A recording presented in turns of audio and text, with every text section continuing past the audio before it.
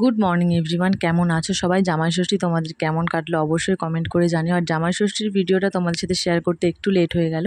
আজ বাড়িতেই ষষ্ঠী পুজো হয়েছিল, তাই মা এখানে আমাকে দই আর হলুদের ফোঁটা দিচ্ছে। একটু আগে জেঠিমা এসে দিয়ে গেছে, এখন সোনামাও দেবে। বিয়ের পর এবছর আমাদের প্রথম জামাই ষষ্ঠী, কিন্তু তবুও জামাই ষষ্ঠীর কোনো নিয়মই পালন করা হবে না আমাদের বাড়িতে। কেন হবে না সবটাই আমি তোমাদের সাথে ভিডিওর মাধ্যমেই শেয়ার করে দেবো। ভিডিওটা স্কিপ না করে দেখতে থাকো। এখন সোনামা আমাকে দই হলুদের ফোঁটা দিয়ে দিচ্ছে, আর এই হচ্ছে আমাদের দুজনের ফাইনাল লুক। কেমন লাগছে অবশ্যই কমেন্ট করে জানিও। চলো এখন বেরোনো যায়। যেহেতু এবছর আমরা প্রথম জামাই ষষ্ঠীতে যাচ্ছি, তাই জেঠিমা মাকে বলেছিল আমরা যখন বেরোবো তখন যেন উলুধ্বনি দেয় আর শঙ্খ বাজায়, আর ও বাড়িতে যখন ঢুকবো তখন ও বাড়ির সবাই যেন উলুধ্বনি দেয় আর শঙ্খ বাজায়। তারপর চলে এসেছিলাম আমরা একটা মিষ্টির দোকানে। এত ভিড়ের মধ্যে দাঁড়িয়ে থেকেও কোনো মিষ্টি পাওয়া যায়নি, মিষ্টি নাকি শেষ হয়ে গেছিলো। তারপরে চলে এসেছিলাম অন্য একটা মিষ্টির দোকানে। আমার বাপের বাড়িতে নিয়ম আছে জামাই ষষ্ঠীর দিন ঘট পেতে ষষ্ঠী পুজো করতে হয় আর জামাইকে ফোঁটা দিতে হয়। এবার যেহেতু বুধবার পড়েছে তো ও ফোঁটা নিতে পারবে না, তাই কোনো নিয়ম কানুন করা হয়নি। এসেই তো মা ফার্স্টে দিয়ে দিল স্প্রাইট, আর এখানে সমস্ত কিছু গোছাচ্ছে। জামাইকে বাটা হাতে দেবে বলে, এটাকে বাটাই বলে। ভাইও ভিডিও কল করে সমস্তটা দেখছিল।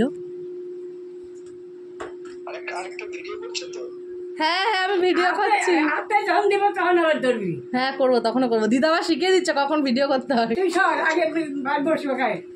আসলে বসুক, আমি বসবো না।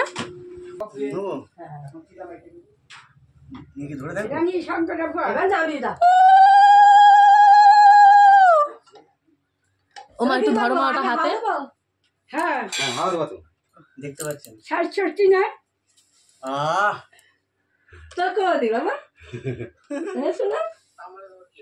বাবা তুইও তো আমার ছেলে। দিদিকে দিই সবাইকে। মা মেরেই দিল বাবাকে টাকা দিয়ে। সবাইকে তুমি একটু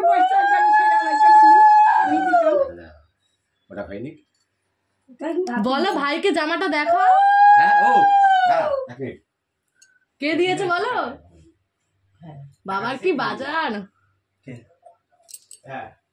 টাকা দিছে ৩০০ টাকা দিছে মা। এবার আমি তাহলে নিয়ে আসো। আর ছিল এবার ছুলে মা দুজনে একটু হাতে ধরো মা। হ্যাঁ কি করব? ওইটা একটু ইয়ে করো, ওটা একটু তোলে, তুলে হাতে দাও। তুমি একটু হাতে তোলো। টাকা এদিকে দেখো। মায়ের ওটা দিয়ে দাও। এবার চিড়ে চিড়ে এগুলো আমায় না। আর ওগুলো আমাগুলো দাও। ওই যে প্রথমে মা তার জামাইকে হাতে বাটা তুলে দিল, এরপর দিদা তার জামাইকে মানে দিদা বাবাকে জামাই ষষ্ঠীর বাটা হাতে দিল।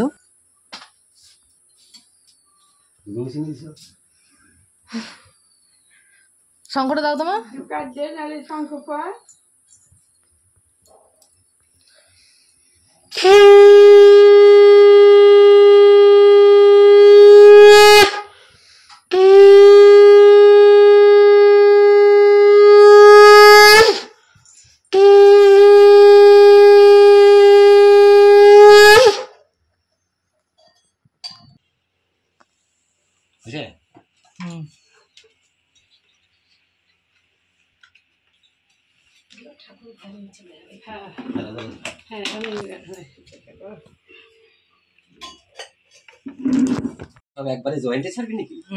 তারপর আমরা সবাই মিলে একসাথে সকালে টিফিনটাও সেরে নিলাম। আর সকালে টিফিনে ছিল দই চিড়ে দুধ আর ফল। তারপর একটু গল্প টল্প করে আমি চলে এসেছিলাম আমাদের বাড়ির কাছেরই একটা দোকানে। ওই যে তোমাদের মনে আছে আমি নানান রকম ফ্লেভারের যে পেপসি গুলো নিতাম, আমাদের বাড়ির পাশের দোকানে তো আমি চলে এসেছিলাম। আর মামা আমাকে বললো ফ্রিজ খুলে তুই যেই ফ্লেভার গুলো নিবি সেগুলো নিয়ে নে। তো আমি নিজে হাতেই নিয়ে নিচ্ছিলাম।